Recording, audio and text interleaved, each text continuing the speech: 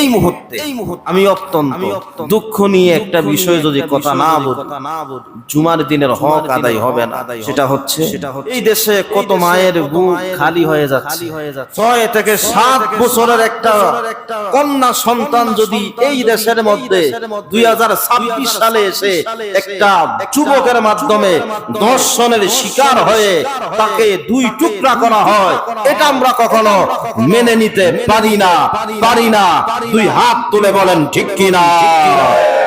আপনারা জানেন মিডিয়া রামিসা নামে ছোট্ট 7 বছরের একটা মেয়ে, একটা জান্নাতি ফুল, একটা লম্পট দ্বারা ধর্ষণের শিকার হয়েছে।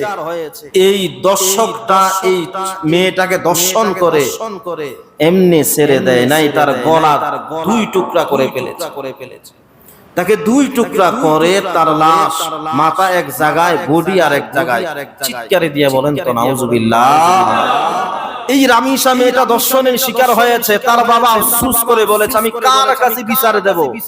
তারা তো বিচার করবে না, তারা আমার সন্তানের বিচার করতে পারবে না। অতীতে যত ধর্ষণ হয়েছে একটা বিচার হয় নাই। এই ইউনূস সরকারের আমলে আসিয়া নামে একটা মহিলা তার বোনের বাড়িতে গিয়ে ধর্ষণের শিকার হয়েছে, আজ পর্যন্ত তার বিচার হয়েছে হয় নাই।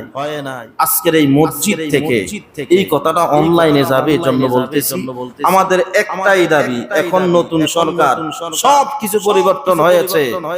ধর্ষণের একমাত্র সাজা মৃত্যু।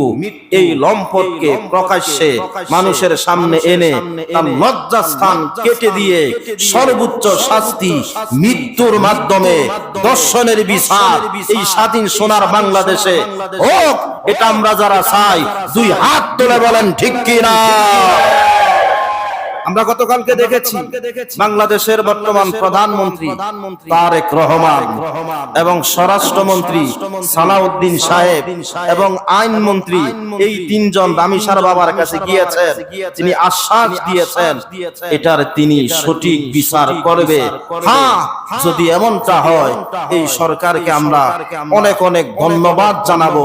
তবে একটা কথা মনে রাখবেন, এই দর্শকের যদি একটা দর্শনের বিচার এই দেশে ঠিক মতো হয়, হারিকেন দিয়ে একটা দর্শক খুঁজে পাওয়া যাবে না।